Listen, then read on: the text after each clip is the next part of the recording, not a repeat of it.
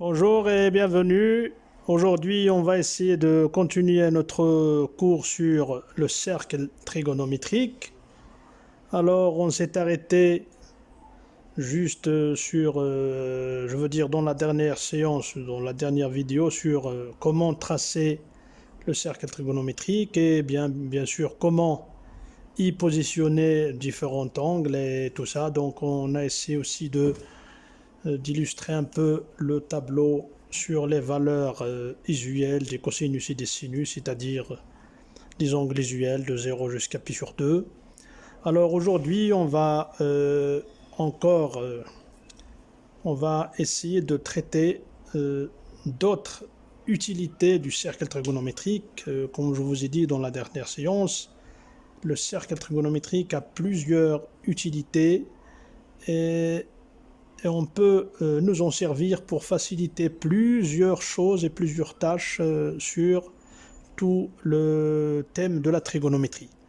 Alors, parmi ces choses qu'on peut faire avec le cercle trigonométrique, par exemple, on va montrer la périodicité de la fonction cosinus et la fonction sinus. Donc, tout simplement, grâce à ce cercle trigonométrique, donc vous allez voir que c'est bien facile de montrer que ces deux fonctions sont périodiques.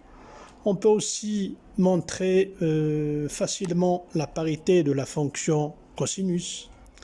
De même, l'imparité de la fonction sinus, c'est-à-dire que la fonction sinus est impaire.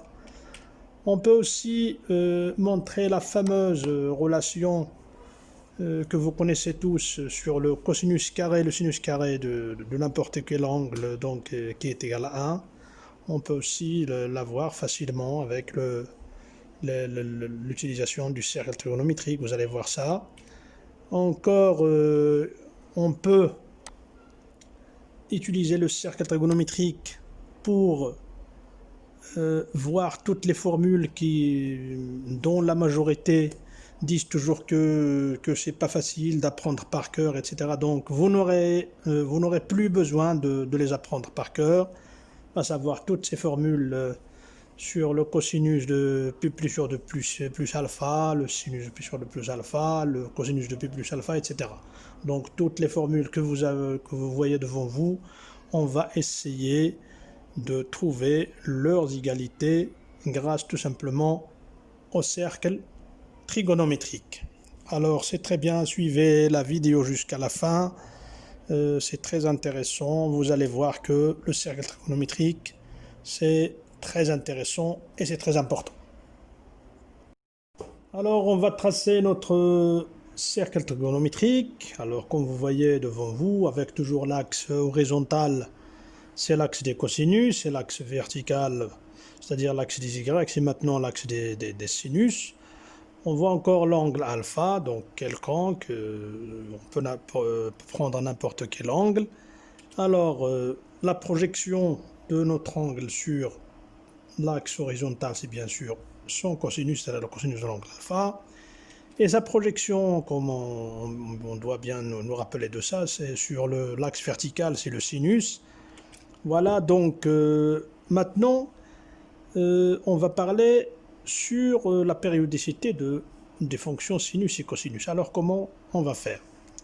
Vous allez remarquer que si on fait un tour de 360 degrés, c'est-à-dire maintenant de 2π, puisqu'on va parler radian, donc si on fait un tour de 2π et on retourne jusqu'à la position de l'angle alpha, alors qu'est-ce qu'on va remarquer? On va remarquer que l'angle alpha plus ce tour de 2π, c'est-à-dire alpha plus 2π, et sera égal en cosinus et en sinus, et sera la même chose. Donc c'est le cosinus de alpha plus 2π et sera égal au cosinus de alpha. De même pour le sinus. Si on fait maintenant 2 tours, ou bien 3 tours, ou bien n tours, ou bien k tours, ça serait toujours la même chose. Donc voilà, donc on va dire que si on ajoute 2k pi, c'est-à-dire le 2π fois k fois ou bien fois n fois, alors on aura toujours le même cosinus et le même sinus. Ça veut dire que les fonctions cosinus et sinus sont bien périodiques. C'est ce qu'on appelle la périodicité d'une fonction. C'est-à-dire quand elle ne change pas après avoir ajouté une période. Il reste maintenant une petite remarque, c'est que on peut faire aussi le tour dans l'autre sens, contraire au sens trigonométrique, c'est-à-dire dans le sens des moins. Donc on peut par exemple faire c'est-à-dire retrancher des tours, soi-disant. Ça veut dire, en termes de mathématiques, que le cas peut être aussi négatif. Donc on peut déduire en conclusion que alpha plus de k pi est là le même cosinus et le même sinus, quel que soit k appartenant à z.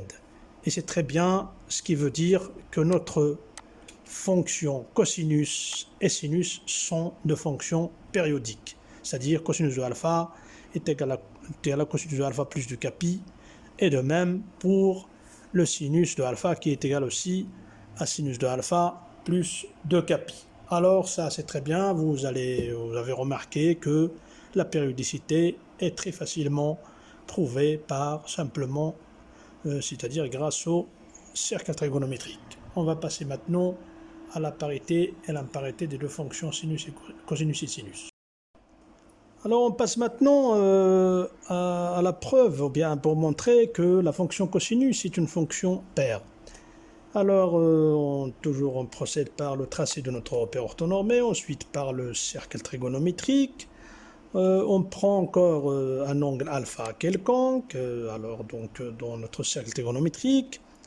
On projette sur l'axe horizontal pour trouver son cosinus. Ensuite, on prend le moins alpha, c'est-à-dire l'angle qui a la même valeur que alpha avec un signe moins, c'est-à-dire dans le sens contraire au sens trigonométrique. C'est très bien. Lorsqu'on projette aussi sur l'axe des cosinus, on remarque très bien qu'ils ont la même valeur.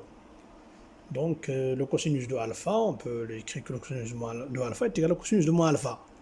Et c'est très bien, tout simplement, la définition de la parité d'une fonction, dont je vous rappelle qu'une fonction est paire lorsque, quel que soit x appartenant à son domaine de définition, et bien sûr le moins x doit appartenir aussi, alors on dit qu'une fonction f est paire lorsque f de x est égal à f de moins x. Et c'est ce qui est bien le cas pour la fonction cosinus. Devant nous, on a prouvé que le cosinus de alpha est égal à cosinus de moins alpha, tout simplement grâce à notre cercle trigonométrique. Vous allez me dire que le alpha c'est quoi? Donc le alpha c'est un angle quelconque, il peut prendre n'importe quelle valeur possible pour un angle. C'est d'ailleurs pourquoi on a précédé par prouver que la fonction cosinus et la fonction sinus sont déjà périodiques, donc alpha peut prendre n'importe quelle valeur de 0 jusqu'à l'infini. Donc voilà, donc on a prouvé tout simplement, facilement, à l'aide du cercle trigonométrique, que la fonction cosinus, je veux dire que le cosinus d'un angle alpha est égal au cosinus de moins alpha. Donc on peut écrire cosinus de alpha est égal au cosinus de moins alpha. Par suite, on dit que la fonction cosinus est tout simplement une fonction qui est paire. Alors on passe maintenant à la fonction sinus. On va essayer de prouver son imparité. Donc on commence toujours par le tracé de notre repère orthonormé, ensuite du tracé de notre cercle trigonométrique.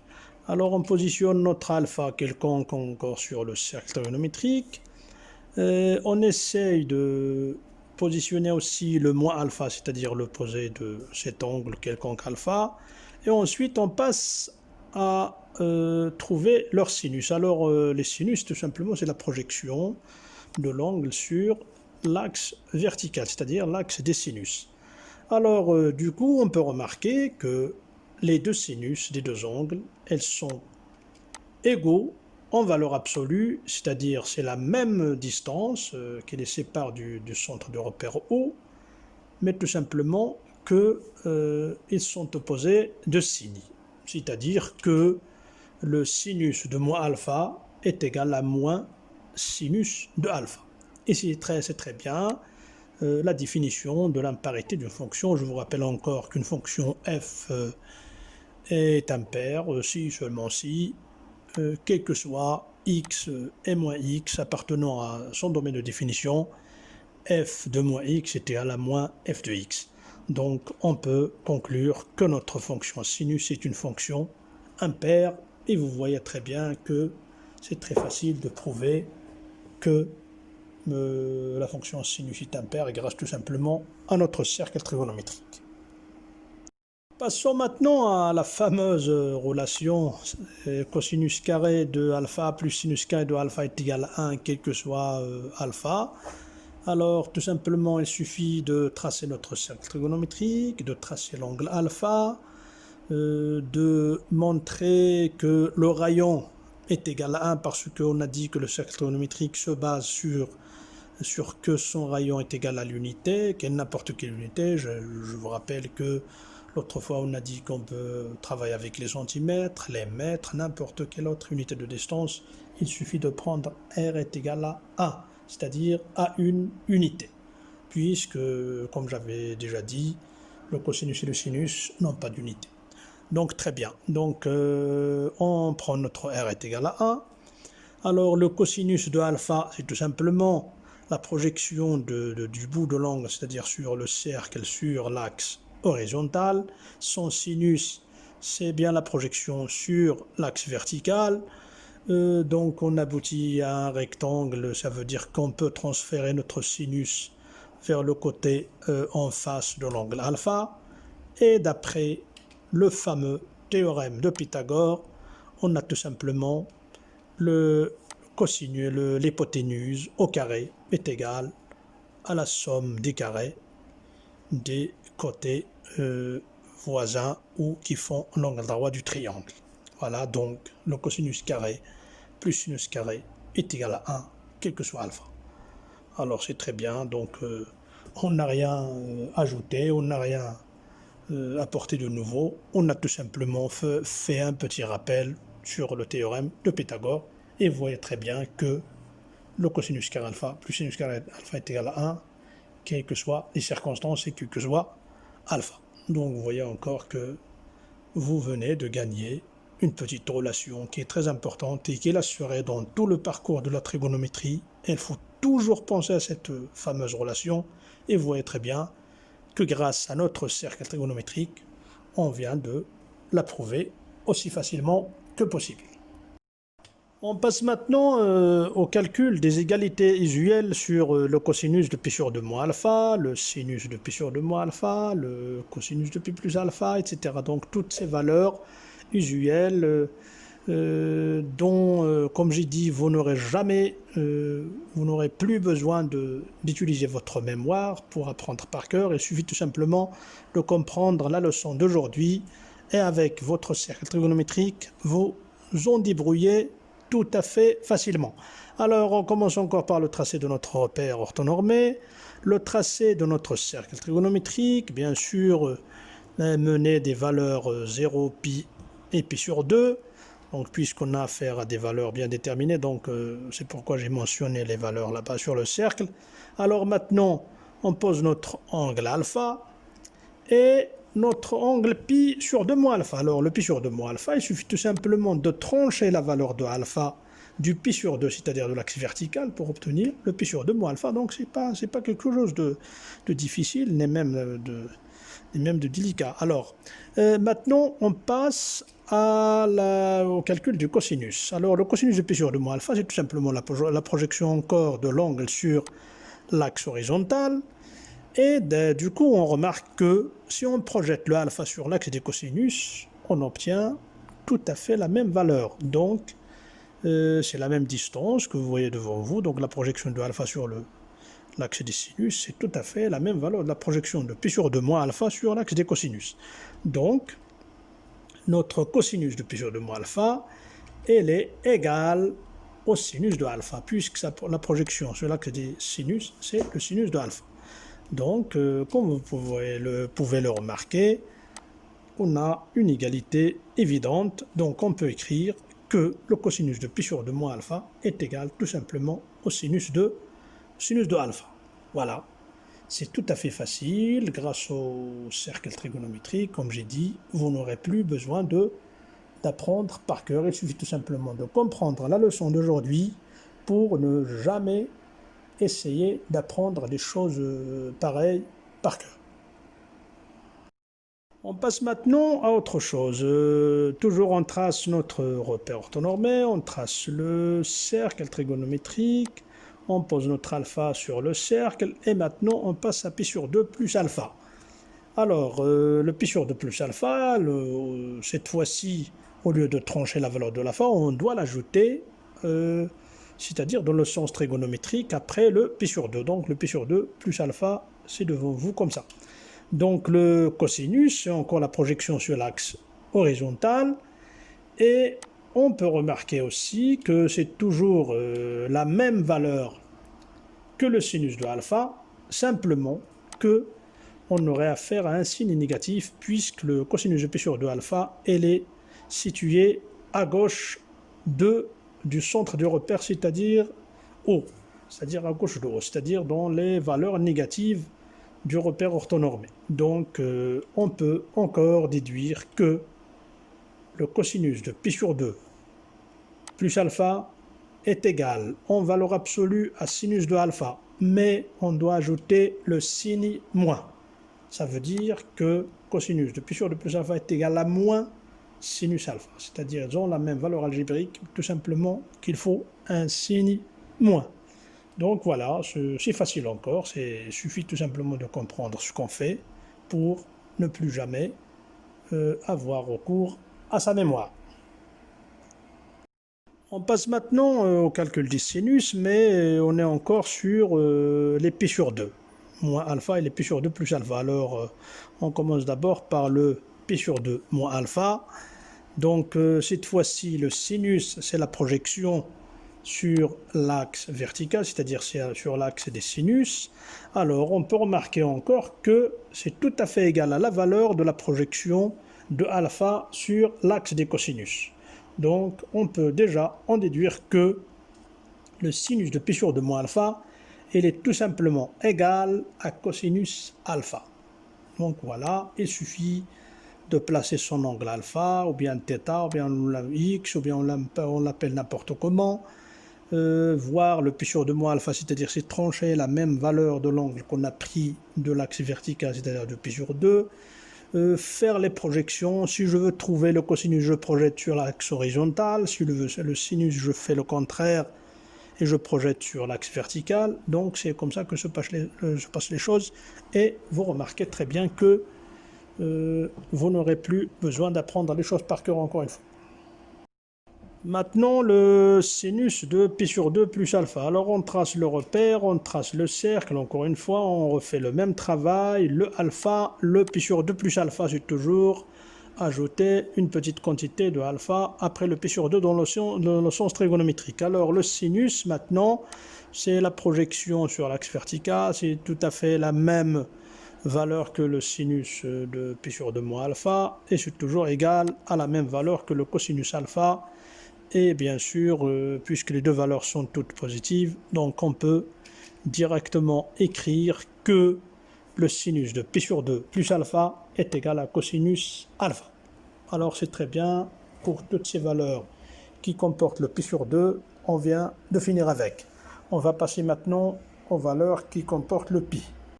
Maintenant, avec les pi, on trace encore notre repère orthonormé, on trace notre cercle trigonométrique, on apporte notre angle alpha, bien sûr, on énumère notre cercle trigonométrique avec le 0, le pi sur 2 et le pi.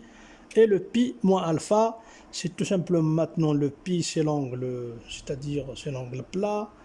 Il suffit de trancher encore la même valeur de alpha pour obtenir notre pi moins alpha. Alors pour le cosinus, il suffit de projeter sur l'axe horizontal, comme on a déjà fait pour alpha et pour le pi sur 2 plus alpha et le pi sur 2 moins alpha. Donc on projette les deux angles, le alpha sur l'axe des cosinus et le pi moins alpha aussi. Alors on remarque que les deux cosinus ont la même valeur en valeur absolue, simplement qu'ils sont de signes contraires, puisque la valeur du cosinus de pi moins alpha se trouve à gauche, c'est-à-dire dans les valeurs négatives du repère orthonormé. Donc on en conclut que le cosinus de pi moins alpha est égal au cosinus de alpha en valeur absolue avec le moins de différence. C'est-à-dire cosinus de pi moins alpha est égal à moins cosinus alpha. Donc c'est très facile. Maintenant, pour le pi plus alpha, cette fois-ci, donc notre alpha, elle est là, le cercle, le repère, et le pi plus alpha. Donc, pour trouver encore les cosinus, il suffit de faire nos projections sur l'axe horizontal, et on trouve très bien la même valeur que la précédente, c'est-à-dire le cosinus de pi plus alpha, elle est tout simplement égale au cosinus de pi moins alpha parce que c'est tout simplement l'opposé de l'angle puisqu'ils sont symétriques par rapport à l'axe horizontal. La fonction cosinus elle est paire comme on vient de montrer. Donc on voit que la valeur du cosinus de pi plus alpha est égale encore au cosinus de alpha en valeur absolue, simplement que la valeur du cosinus pi plus alpha se trouve dans les valeurs négatives du repère orthonormé. Ça veut dire que, en conclusion, on peut écrire que cosinus de pi plus alpha est égal cosinus alpha en valeur absolue avec le moins du signe pour en finir avec les cosinus de pi plus alpha. On passe maintenant au sinus de pi moins alpha, puis ensuite on va passer au sinus de pi plus alpha aussi. Alors le pi moins alpha il est encore là. Le sinus maintenant, il suffit de projeter sur l'axe vertical. Vous allez remarquer que la projection de alpha aussi tombe sur le même point que le pi moins alpha. Donc évidemment, le sinus de pi moins alpha est tout simplement égal au sinus alpha. Donc voilà, sans aucun problème, mais sans toujours penser, comme j'ai dit dorénavant, de vous baser sur votre mémoire. Donc il suffit de comprendre ce qu'on fait devant vous maintenant sur notre fameux cercle trigonométrique pour que vous posiez hors de vous ce fardeau d'apprendre les formules par cœur. Maintenant, pour en finir avec ces formules, on passe à la dernière formule, c'est-à-dire le sinus de pi sur 2 plus alpha. Alors on trace notre alpha et notre pi plus alpha, elle est encore là. Alors, pour trouver le sinus, on projette encore les deux angles sur l'axe vertical, comme d'habitude. On remarque très bien que les deux sinus ont la même valeur, seulement que l'une est positive et l'autre est négative. Tout simplement, on en déduit que le sinus de pi plus alpha est égal à moins sinus alpha. C'est-à-dire que les deux valeurs sont en valeur absolue égale, simplement que le sinus de pi plus alpha se trouve dans la partie négative des sinus dans le repère orthonormé. Par suite, on en conclut que notre sinus de pi plus alpha est bien égal à moins sinus alpha. Maintenant qu'on a fini avec l'illustration sur le cercle trigonométrique, c'est-à-dire différents angles et leur égalité, alors maintenant je vous laisse avec le tableau récapitulatif des différentes valeurs qu'on a trouvées. Alors, c'est bien ça, le cosinus de pi sur 2 plus alpha, elle est égale à moins sinus alpha. Le cosinus de pi sur 2 moins alpha, elle est égale à sinus alpha. Le cosinus de pi plus alpha est égal à moins cosinus alpha. Et finalement, le cosinus p moins alpha est égal à moins cosinus alpha. Voilà pour ce qui est des cosinus. Maintenant, pour les sinus, encore sinus de pi sur 2 plus alpha est égal à cos alpha. Le sinus de pi sur 2 moins alpha, il était égal à cosinus alpha aussi. Le sinus de pi sur 2 plus alpha était égal à moins sinus alpha. Et finalement, le sinus de pi moins alpha est égal à sinus alpha. Alors, c'est très bien, on a fini avec cette séquence sur le cercle trigonométrique. Et finalement, et en résumé, je vous dis que le cercle trigonométrique, c'est la pierre de base de la trigonométrie. Alors, essayez de bien comprendre le cercle trigonométrique et ça vous servira de ne plus vous baser sur l'apprentissage par cœur de beaucoup de choses sur la trigonométrie. Et bien sûr, ensuite, vous allez voir que ça va vous servir aussi pour les complexes et beaucoup d'autres choses ensuite. Alors, bon courage et à bientôt dans une autre occasion.